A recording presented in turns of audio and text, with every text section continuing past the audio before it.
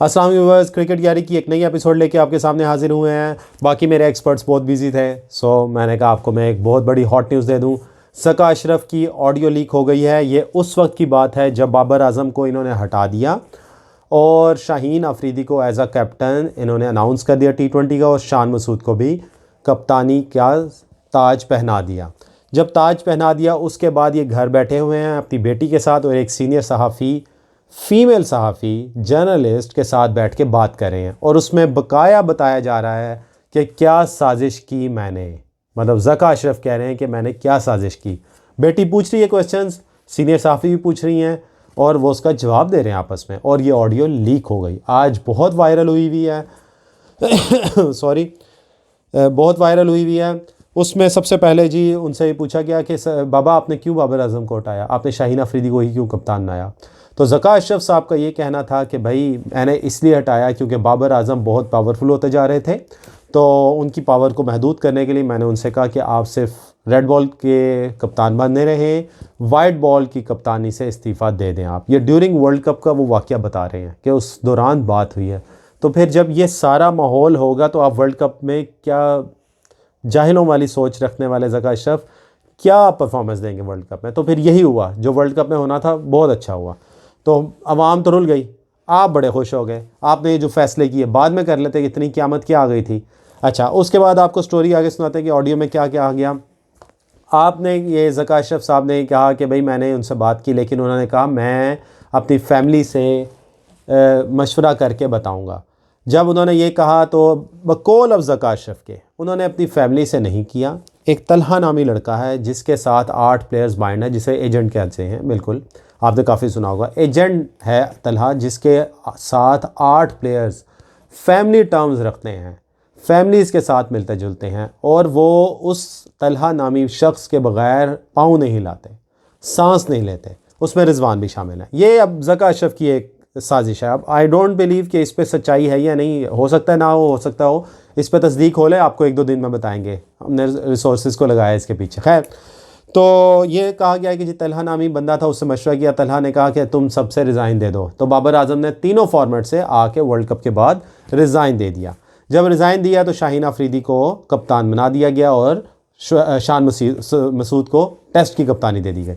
इस पे उनकी बेटी ने सवाल किया कि बाबा आप कह रहे हैं कि असरो वसूक या पावर ज़्यादा थी, तो क्या शाहीन अफरीदी पे शाहिद अफरीदी जो उनके सुसर हैं उसकी उनकी हाथ नहीं है। तो यहाँ दोगला में यार देखें ज़का अशरफ का, आप ऑडियो ज़रूर सुनिएगा, हम लिंक में भी आपको दे देंगे। तो उन्होंने कहा कि नहीं कोई नहीं, इतना तो चलता है बेटी, ऐसे वर्ड का। तो उसने, मैं वहाँ पे जो सीनियर सहाफ़ी थी उन्होंने कहा कि आपने सरफराज को क्यों नहीं कप्तान बनाया, शान मसूद को फ्रॉम नोवेयर बना दिया। तो ज़का अशरफ ने कहा मेरे पास पहले ही ऐसा था बंदोबस्त, हमने ये अब नहीं देनी किसी को ऐसी कप्तानी के जो पावरफुल हो। मतलब ये साफ जाहिर है कि भाई वो ज़का अशरफ ये नहीं चाहते कि कोई ऐसा हो जो एग्रेसिव क्रिकेट अपने फ्रेम ऑफ माइंड से एज अ क्रिकेटर खेले।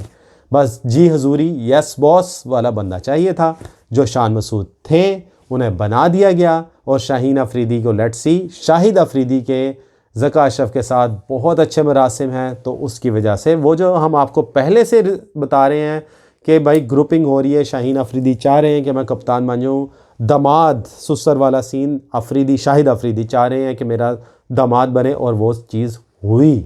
आपको प्रूव कर दिया। हफ्ता 10 दिन पहले ड्यूरिंग वर्ल्ड कप मैं कहता रहा, काफ़ी लोगों ने मुझे कहा कि नहीं ऐसा नहीं हो सकता। नाउ इट्स प्रूव कि भाई शाहिद अफरीदी का बहुत असर वसूक है ज़का अशरफ के साथ। खैर, ये पूरी एपिसोड तो हो गई। आपने घड़ा खोदा किसी के लिए, आपने बाबर आजम के मैसेज लीक किए थे, अब आप खुद गिर गए। कहते ना जैसा करोगे वैसा भरोगे। Very good.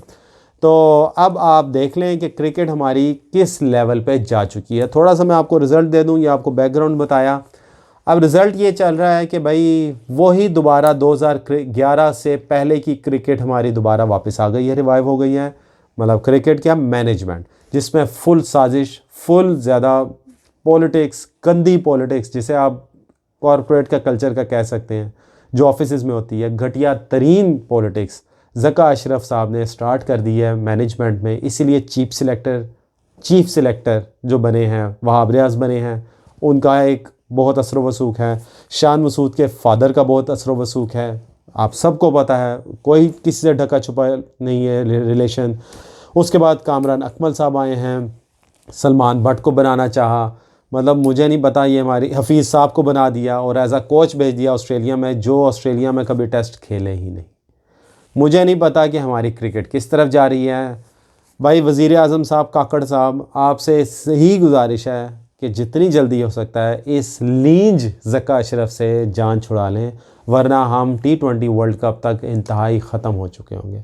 PSL में भी आपने देख लिया, नाकिस कारकर्दगी रही, आपके बड़े प्लेयर्स नहीं आए, साफ पता लग रहा मिस मैनेजमेंट हुई।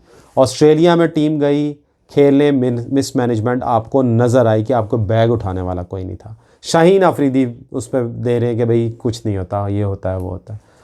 जब से मेरी कोई नजम सेठी से पर्सनल कोई नहीं है चीज़, लेकिन Najam Sethi is far better administrative than Zaka Ashraf.